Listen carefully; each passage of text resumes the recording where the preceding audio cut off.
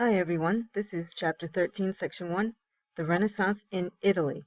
Remember, Renaissance means new birth, rebirth, and there's a reason why it begins in Italy. So the objectives of this section: describe the characteristics of the Renaissance and understand why it began in Italy. This will be your concept map for this section. Identify Renaissance artists and explain how new ideas affected the arts of the period. We'll be talking about Leonardo da Vinci, Michelangelo, Donatello, Raphael, some of those you might have already heard of, and understand how writers of the time addressed Renaissance themes. Terms and people you need to know for this section: Humanism, the Renaissance intellectual movement that studied classical cultures to increase understanding of their own times.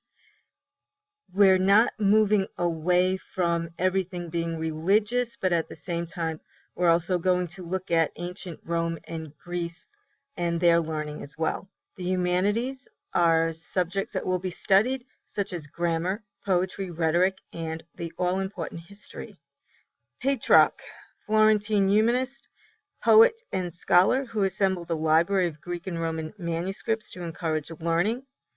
And Florence, a city in Italy, an Italian city-state that produced many gifted artists, scholars, scientists, and architects. Patron is a person who provides financial support for the arts. Perspective, the artistic technique that allows an artist to portray depth and three-dimensional qualities by making distant objects smaller. We're going to move away from the flat art of the Middle Ages and get into perspective of the Renaissance, pictures that actually look like you could step inside. We're going to see a separate video on perspective. Leonardo da Vinci, I would bet that you've all heard of him. He was an artist, a scientist, and an inventor, best known for the Mona Lisa and the Last Supper and sketches of inventions such as flying machines. Leonardo da Vinci is one of those people in history that did many things very well. We're going to call him a Renaissance man. Michelangelo, an artist, created sculpture of David. He painted the ceiling of the Sistine Chapel. Both Leonardo da Vinci and Michelangelo should be IDs in your Quizlet. Raphael, also a painter of the Renaissance.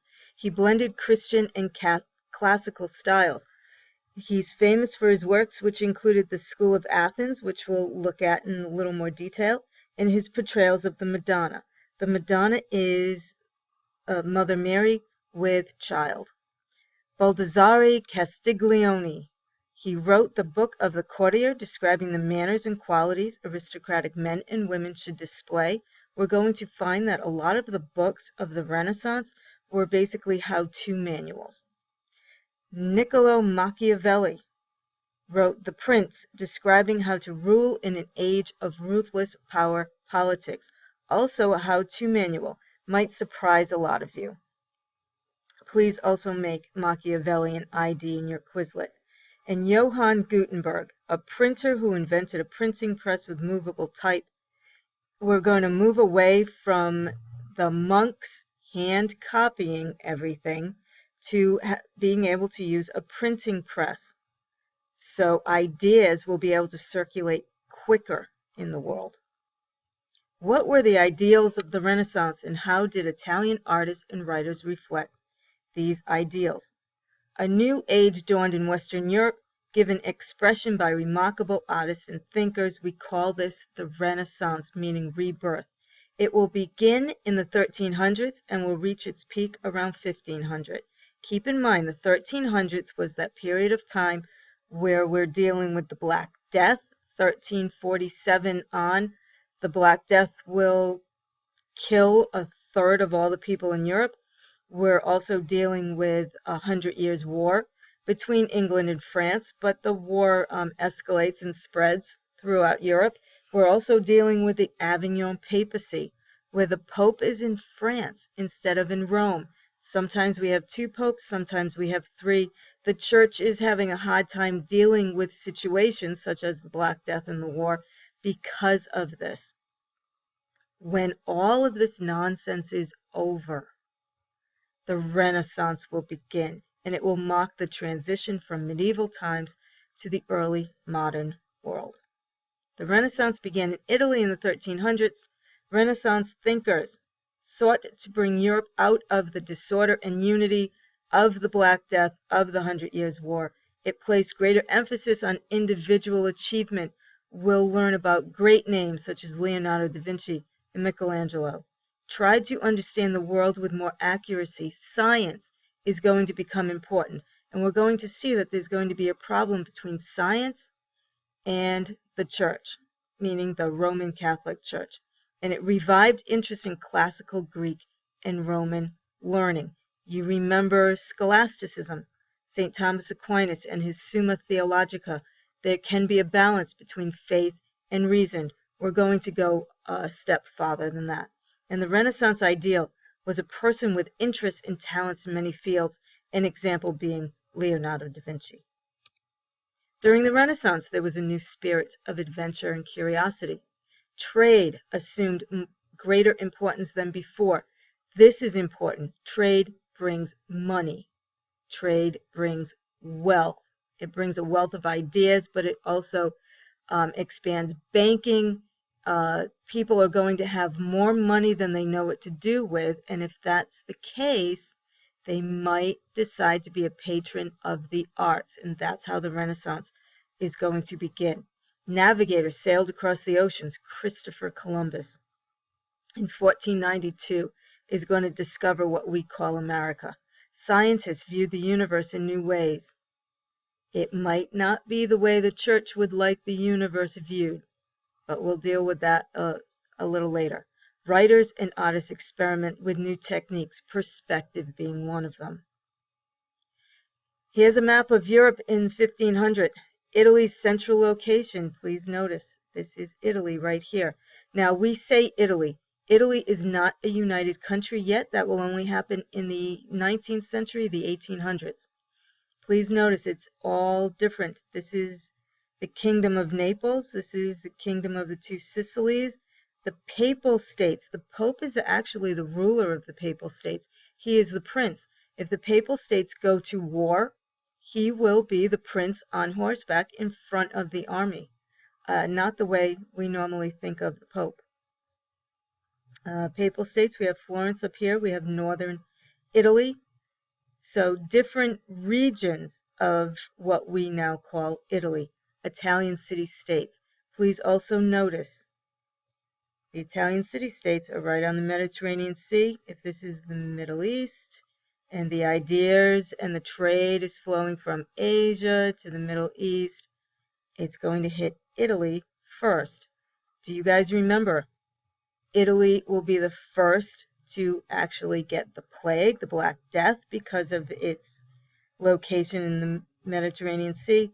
It will also get the trade, which will start the money flowing, which will bring us the Renaissance. So Italy's central location helped make it a center for the trade of goods and ideas, cultural diffusion. The Italian city-states dominated trade and provided a link between Asia and Europe. Trade routes carried new ideas from Asia and from Muslim scholars who had preserved Greek and Latin learning. They did not go through the Dark Ages at the same time as Europe did. 476, Rome fell. We go through an area of a period of time called the Dark Ages in Europe. The Muslims had preserved the Greek and Latin learning, so this is the time that Europe is going to come back to that. Banking, manufacturing, and a merchant network provided the wealth that fueled the Renaissance. Banking, as started by the Knights Templar during the Crusades. Manufacturing, a merchant network. Trade is going to bring money back into Europe. It will start in Italy, and it will become known as the Renaissance. That money will be used for art. The heart of the Italian Renaissance is humanism, although most Renaissance humanists were devoutly religious, and we need to remember that. They don't throw away their religion, but now they're going to focus more on worldly issues rather than just religion. They believed education should stimulate creativity, thus bringing us the great masters of the Renaissance. They emphasized the study of the humanities, such as grammar, rhetoric, poetry, and history. Humanists studied the works of Greece and Rome to learn about their own culture. Ancient Greece and ancient Rome are coming back. The classical learning will be very important. Italy's city-states, remember Italy is not a united country, will play an important role in the Renaissance. Each city was dominated by a wealthy and powerful merchant family, and we're going to learn about one of them in this PowerPoint. These families brought trade and wealth and provided leadership. So they will be the wealthy family of the city-state, and they will be the leader of the city-state as well. They were interested in art and emphasized personal achievement, and they will become the patron of the arts for their particular city-state. The artists and writers and scholars of the period, while they are being creative, also need to pay bills. They need to eat. They need to live somewhere. They need a patron to pay them for this. The Medici family of merchants and bankers controlled Florence after 1434. The Medici family will go on to become kings and queens, and I believe there's a pope throne in there as well. So they're a very famous, wealthy family of this period. Lorenzo de' Medici, also known as Lorenzo the Magnificent, will invite poets, philosophers, and artists to the city, and Florence will become a leader of the Renaissance with numerous gifted artists, poets, architects, and scientists. Ordinary people will begin to appreciate art outside of just the religious art, outside of the church. Artists continued to portray religious themes, but they did so against classic Greek and Roman backgrounds. Donatello will create a life-size soldier on horseback, and we'll see a picture of it. The first sculpture of this size since ancient times. It's amazing how big this sculpture will be. And in the painting, the School of Athens, Raphael will portray a gathering of Greek and Roman scholars that included the faces of Michelangelo, Leonardo da Vinci, and Raphael himself. This is a picture of the School of Athens. Please notice that it looks like it's a room. It looks like you could step in and walk to the back of the room. The people in the back are smaller than the people in the front. Please notice the vaulted ceiling. It looks like there's even a dome up here, bringing back ancient Rome and what they preferred as far as art and architecture went. This is perspective. Everything gets smaller as it goes back. But please know, this is a painting. This is a flat canvas. It's all in how it's painted. It's truly amazing. The School of Athens by Raphael. This is Donatello's man on horseback. Look at the size of it. It's bigger than reality would make it, and it's all very realistic in that the size of the horse makes sense. The size of the human on the horse also makes sense. Renaissance artists used new techniques, leading to greater realism. They returned from the stylized form of the medieval period, and we'll look at a picture from the medieval period, to the realism of classic Greece and Rome. Realism. You make people look like they would in real life.